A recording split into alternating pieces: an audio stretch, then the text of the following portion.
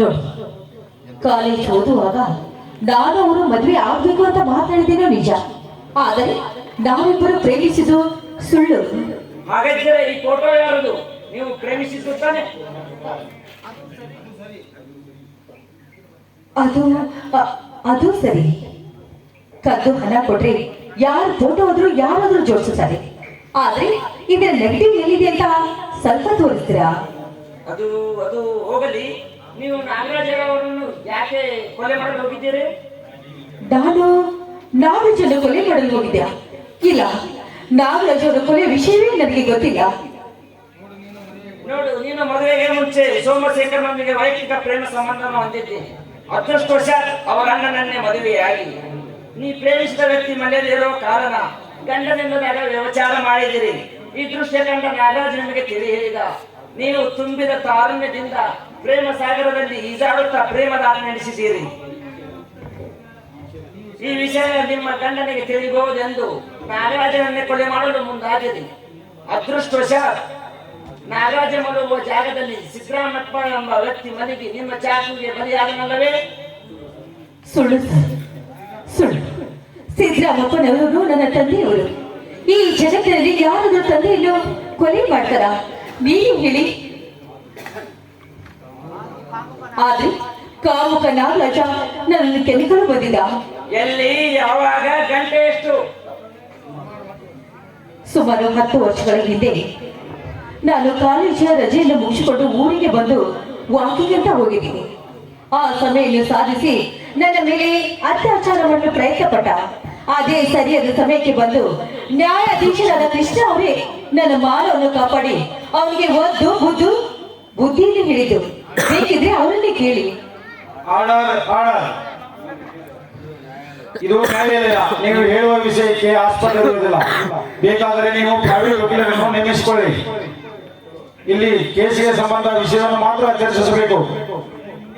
ಸರಿ, ಮುಂಜಾನೆ ಹೇಳಮ್ಮ. ನೀನು ನಾಗರಾಜನ ಮನೆಗೆ ಹೋಗಲು ಕಾರಣವೇನು?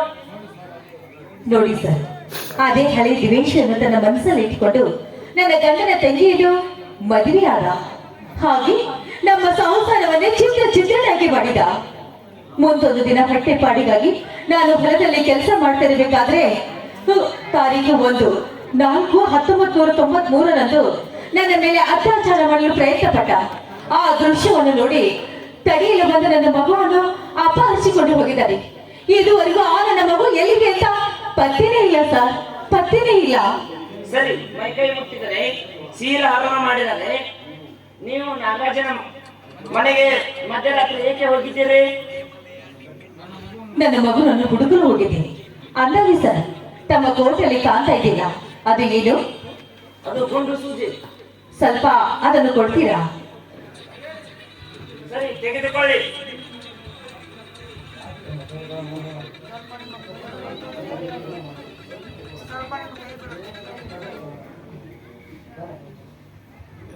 ಸ್ವಲ್ಪ ನಿಮ್ಮ ಕೈ ಬೆರಳನ್ನು ಮುಂದೆ ಮಾಡ್ತೀರಾ? ಆಯ್ತು.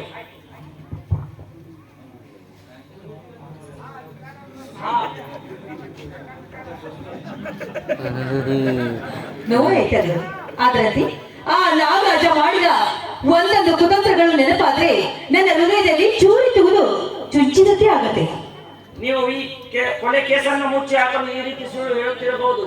ನಿಮ್ಮ ಈ ಮಾತನ್ನು ಕೇಳಿದರೆ ನೀವೊಂದು ದಾರಿ ಬಿಟ್ಟಲ್ಲ ಜಗತ್ತೇ ಎಂದು ನನಗನ್ನಿಸುತ್ತದೆ.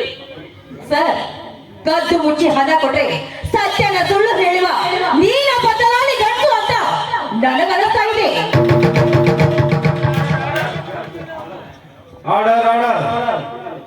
ವಕೀಲರೇ, ನ್ಯಾಯಾಲಯದಲ್ಲಿ ಅವಾಚ್ಯ ಶಬ್ದಗಳಿಂದ ಮಾತನಾಡಬಾರದು. ಕೇಸಿಗೆ ಸಂಬಂಧಪಟ್ಟ ವಿಷಯಕ್ಕೆ ಮಾತ್ರ ಪ್ರಶ್ನೆಗಳನ್ನು ಕೇಳಬೇಕು. Yes sir. ನೋಡಮ್ಮ, ನೀನು ಹೋಗಬಹುದು.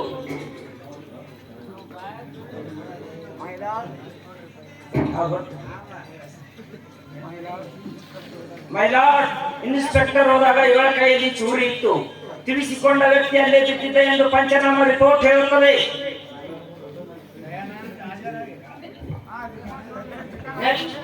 दयानंद बाबू हाजिर है, दयानंद बाबू हाजिर है, दयानंद बाबू हाजिर है।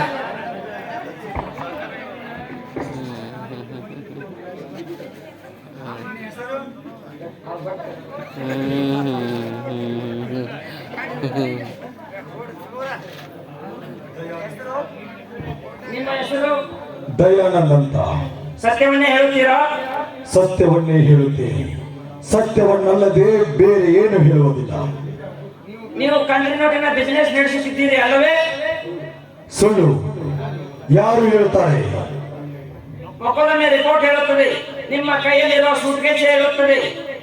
ನೀವು ರಾಜಕೀಯ ಜಿಲ್ಲಾ ಪರಿಷತ್ಗೆ ಆಯ್ಕೆಯಾದ ರಾಜಕೀಯ ವ್ಯಕ್ತಿ. ನಾಗರಾಜ್ ನಿಮ್ಮ ಪ್ರತಿಸ್ಪರ್ಧೆ ಆದ್ದರಿಂದ ಅವರಿಂದ ಮುಂದೆ ನಿಮಗೆ ತೊಂದರೆ ಆಗಬಹುದು ಎಂದು ತಿಳಿದು ನಿಮ್ಮ ಹೆಂಡತಿ ಕೈಯಿಂದ ಕೊಲೆ ಮಾಡಿಸಿ ಕಂಟ್ರಿ ನೋಟಿನ ಸೋಡೆಮಳೆಯನ್ನು ಅಧಿಕಾರಿಗಳಿಗೆ ಸುರಿಸಿ ಈ ಕೇಸ್ ಮುಚ್ಚಿ ಹಾಕಬೇಕೆಂದು ಅಂದುಕೊಂಡಿದ್ದೀರಿ. ಮೈ ಲಾರ್ಡ್, ಅದೃಷ್ಟವಶ ಚಾಣಕ್ಯ ಪೊಲೀಸ್ ಅಧಿಕಾರಿಗಳ ಕೈಯಲ್ಲಿ ಗಂಡ ಹೆಂಡತಿ ಇಬ್ಬರು ಕೂಡಿ ಸೇರಿ ಸಿಕ್ಕಿ ಹಾಕಿಕೊಂಡಿದ್ದಾರೆ. ಯಾವ ಹೆಂಡತಿ? ಯಾರ ಹೆಂಡತಿ? ಮದುವೆಯಾಗಿ 8 ತಿಂಗಳಲ್ಲಿ ಅವಳು ನನ್ನನ್ನು ಬಿಟ್ಟು ಹೋಗಿ ಎಷ್ಟೋ ವರ್ಷ ಆಯಿತು. ಅವಳಿಗೂ ನನಗೂ ಏನು ಸಂಬಂಧ ಇಲ್ಲ. ವಿವಾಹ ವಿಚ್ಛೇದನ ಆಗಿದೆ ಅಥವಾ ಡಿವೋರ್ಸ್ ಮಾಡಿಕೊಂಡಿದ್ದೀರಿ? ಹೇಗೆ ಸುಮ್ಮನಾದರೆ? ಇವರಿಬ್ಬರು ಗಂಡ ಹೆಂಡತಿ ಇಬ್ಬರು ಸೇರಿ ಮೊದಲೇ ಹಾಕಿಕೊಂಡಿರುವ ಪ್ಲಾನ್ಗಳಿವು. ನೀವು ಈ ರೀತಿ ಸುಳ್ಳು ಹೇಳಿದರೆ ಶಿಕ್ಷೆ ಮತ್ತಷ್ಟು ಹೆಚ್ಚಾಗುತ್ತದೆ. ನೋಡಿ ವಕೀಲರೇ, ಇನ್ಸ್ಪೆಕ್ಟರ್ ಬಂದಾಗ ನನ್ನ ಕೈಯಲ್ಲಿ ಸುಟಿಕೇಸ್ ಇದ್ದುದು ನಿಜ.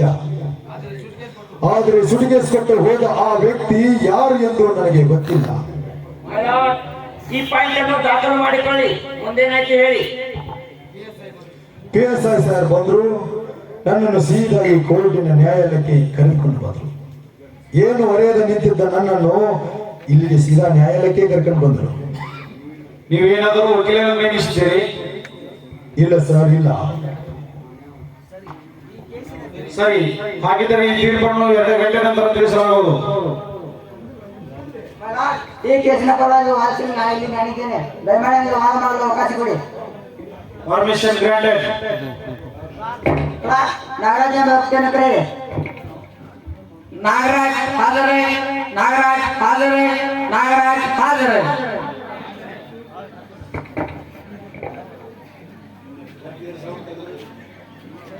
ನಿನ್ನ ಹೆಸರು? ನಿನ್ನ ತಂದೆ ಹೆಸರು? ನಾಗರಾಜ್ ಅಂತ. ನಿನ್ನ ತಂದೆ ಹೆಸರು? ಅನಂತಪ್ಪನವರು. ಸತ್ಯ ಹೇಳ್ತೀರಾ? ಸತ್ಯವನ್ನಲ್ಲದೆ ಬೇರೆ ಮತ್ತೇನು ಹೇಳುವುದಿಲ್ಲ. ನಿಮ್ಮ ವಯಸ್ಸು? 42. ಉದ್ಯೋಗ? Land lord. ನೋಡಿ, 14/6/1983 ನೀವು ಬೆಂಗಳೂರಿಗೆ ಹೋಗಿದ್ದೀರಲ್ಲೇ? ನಾವು ರಾಜಕೀಯ ವ್ಯಕ್ತಿಗಳು, ಅವಾಗ ಹೋಗ್ತಾ ಇರ್ತೀವಿ, ಬರ್ತಾ ಇರ್ತೀವಿ ಅಷ್ಟೇ. ಸರಿ, ಆ ದಿನ ನೀವು ಉಡ್ಯಾನ್ ಹೋಟೆಲ್ ರೂಮ್ ಹಿಡಿದಿದ್ದೀರಿ. ಆ ದಿನ 1:30ಕ್ಕೆ ಸೆಕೆಂಡ್ ಪಿಕ್ಚರ್ ಬಿಟ್ಟಾಗ ಗಿಡದ ತವಿನಲ್ಲಿ ನಿಂತಿದ್ರಿ. ಅದೇ ಸಮಯಕ್ಕೆ ರಾಷ್ಟ್ರೀಯ ಬ್ಯಾಂಕ್ ಮ್ಯಾನೇಜರ್ ಆದ ಜಗನ್ನಾಥ್ ಎಂಬುವರು ಕಾರಿನಲ್ಲಿ ಬಂದರು.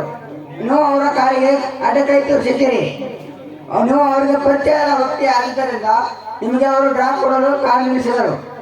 ತಕ್ಷಣವೇ ಅವರ ಕಾರ್ ಫ್ರಂಟ್ ಡೋರ್ ಓಪನ್ ಮಾಡಿ ಡ್ರೈವಿಂಗ್ ಮಾಡುತ್ತಿದ್ದ ಅವರ ಎದೆಗೆ ಚಾಕುವಿನಿಂದ ಹಿಡಿದು ಅವರ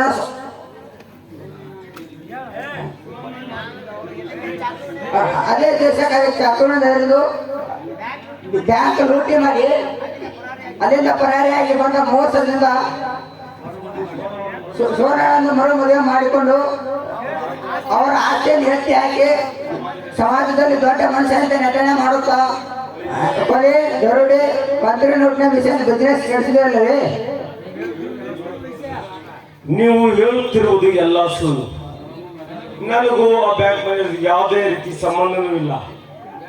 ಬ್ಯಾಂಕ್ ಲೂಟಿ ಕೂಡ ನಾನು ಮಾಡಿಕೊಂಡು ಬಂದಿಲ್ಲ. ಅದು ಯಾವುದೋ ವಿಷಯವೂ ನನಗೆ ಕೂಡ ಗೊತ್ತಿಲ್ಲ. ಗೊತ್ತಿರಲಿದ್ದರೆ ಈ ಫೋಟೋ ಯಾರದು? ಈ ಅಡ್ರೆಸ್ ಯಾರದು? ಯಾಕೆ ಸುಮ್ಮನಾದ್ರಿ?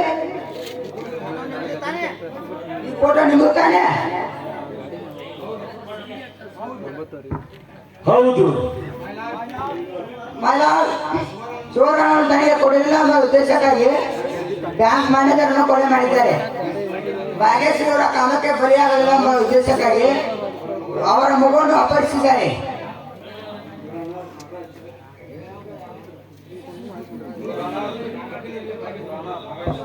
ಯುವರ್ ಆನರ್, ವಕೀಲರಿಗೆ ಭಾಗ್ಯಶ್ರೀ ಹಾಗೂ ದಯಾನಂದ ಬೇಕಾದ ವ್ಯಕ್ತಿಗಳು.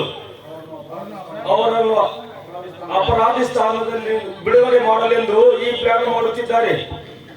ನೀನು ಹೇಳು, ಕೋರ್ಟ್ ವಾದ ಪರಿಶೀಲಿಸುತ್ತದೆ. ಹಾಗಾದ್ರೆ 1/6/1983 ಚುನಾವಣೆ ಫಲಿತಾಂಶ ನಡೆದಾಗ ನೀವು ಮತ್ತು ಸಿದ್ದರಾಮಯ್ಯ ಎಂಬ ವ್ಯಕ್ತಿ ಭಾಗ್ಯಶ್ರೀ ಅವರ ತೊಟ್ಟಕ್ಕೆ ಹೋಗಿ ಬಲತ್ಕರಿಸುವುದು ಸುಳ್ಳೆ? ನೀವು ಹೇಳುತ್ತಿರುವುದು ಎಲ್ಲಾ ಸುಳ್ಳು. ಆ ದಿನ ನಾನು ಮನೆಯಲ್ಲೇ ಇದ್ದೆ.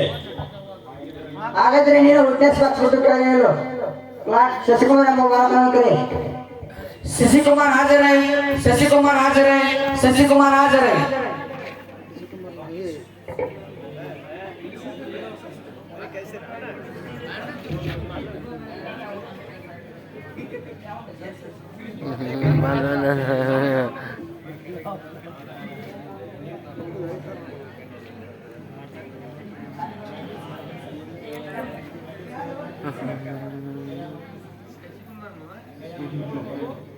ನೋಡು ಮಗು, ಈ ಹಿಂದೆ 2 ದಿನಗಳ ಹಿಂದೆ ನಿನ್ನ ತಾಯಿಯನ್ನು ಕೊಲೆ ಮಾಡಲು ಬಂದವರು ಯಾರಂತ ಹೇಳುವೆಯಾ?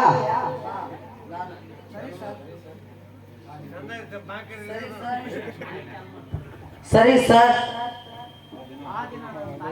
ಆ ದಿನ ನನ್ನ ತಾಯಿಯನ್ನು ಕೆಣಕಲು ನನ್ನ ಅಜ್ಜ ಹಾಗೂ ಒಬ್ಬ ಅಪರಿಚಿತ ವ್ಯಕ್ತಿ ಬಂದಿದ್ದರು. ಅವರು ನನ್ನ ತಾಯಿಯನ್ನು ಶೀಲಹರಣ ಮಾಡುವಷ್ಟರಲ್ಲಿ ನಾನು ಬಂದು ಹೇಳಿದರೆ ಅವರು ಕೇಳಲಿಲ್ಲ. ಆಗ ನನ್ನ ಅಜ್ಜ ನನ್ನನ್ನು ಹೊತ್ತುಕೊಂಡು ತನ್ನ ಮನೆಗೆ ಕರೆದುಕೊಂಡು ಹೋದ. ಮೈ ಲಾರ್ಡ್, ಈ ಬಾಲಕ ಹುಟ್ಟುಕೊಡ. ಹೀಗಿದ್ದು ನಾಗರಾಜನೇ ಬಲತ್ಕರಿಸಿದ, ಇವರಜ್ಜನೇ ಹೊತ್ತೊಯ್ದ ಎಂದು ಯಾವ ಆಧಾರದ ಮೇಲೆ ಹೇಳುತ್ತಾನೆ? ಇದನ್ನು ಪರಿಶೀಲಿಸಿ ನೋಡಿದರೆ ವಕೀಲರೇ ಹೇಳಿಕೊಟ್ಟಂತಿದೆ. ಇಲ್ಲ ಸರ್, ಆಗ ನನ್ನ ಕಣ್ಣುಗಳು ಕಾಣುತ್ತಿದ್ದವು. ಮೊದಲು ನಾನು ಸಿಟ್ಟಿನಿಂದ ನಾಗರಾಜ್ ಎಂಬ ವ್ಯಕ್ತಿಯನ್ನು ಹೊಡೆದೆ. ಆತನು ಇಲ್ಲೇ ಇದ್ದಾನೆ, ಪರೀಕ್ಷಿಸಬಹುದು. ಆತನೇ ನನ್ನ ಕಣ್ಣುಗಳನ್ನು ಕಿತ್ತಿದ್ದಾನೆ. ನಂತರ ನನ್ನ ವೇದನೆ ಕೇಳಿ ಯಾರೋ ಒಬ್ಬರು ಆಸ್ಪತ್ರೆಗೆ ಸೇರಿಸಿ ಗುಣಪಡಿಸಿದ್ದಾರೆ. ಈಗ ಈ ವಿಷಯಕ್ಕೆ ಪೊಲೀಸರು ನನ್ನನ್ನು ಕರೆದುಕೊಂಡು ಬಂದಿದ್ದಾರೆ. ಸರಿ, ನೀನೇನು ವಿಟ್ನೆಸ್ ಬಾಕ್ಸ್ ಬಿಟ್ಟು ಕೆಳಗೆ ಹೋಗು. ನೀನು ನಾಗರಾಜ ಎಂಬ ವ್ಯಕ್ತಿಯನ್ನು ಕರೆ.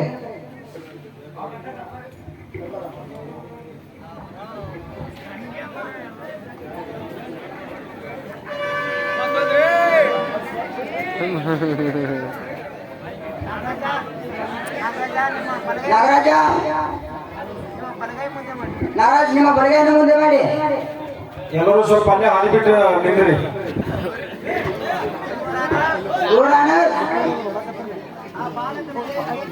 ಆ ಬಾಲಕನ ಹೇಳಿಕೆ ನಿಜವಿದೆ.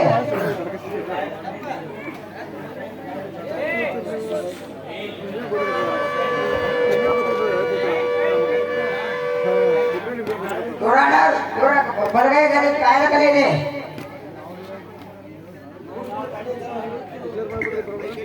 ಮೈ ಲಾರ್ಡ್, ಇವನು ಹೇಳುತ್ತಿರುವುದು ಎಲ್ಲ ಸುಳ್ಳು. ಗಾಯದ ಕಲೆ ನನ್ನ ತೋಟದಲ್ಲಿ ಕೆಲಸ ಮಾಡುವಾಗ ಆಗಿದೆ. ಸರಿ, ಈ ಪೆನ್ ತೆಗೆದುಕೋ.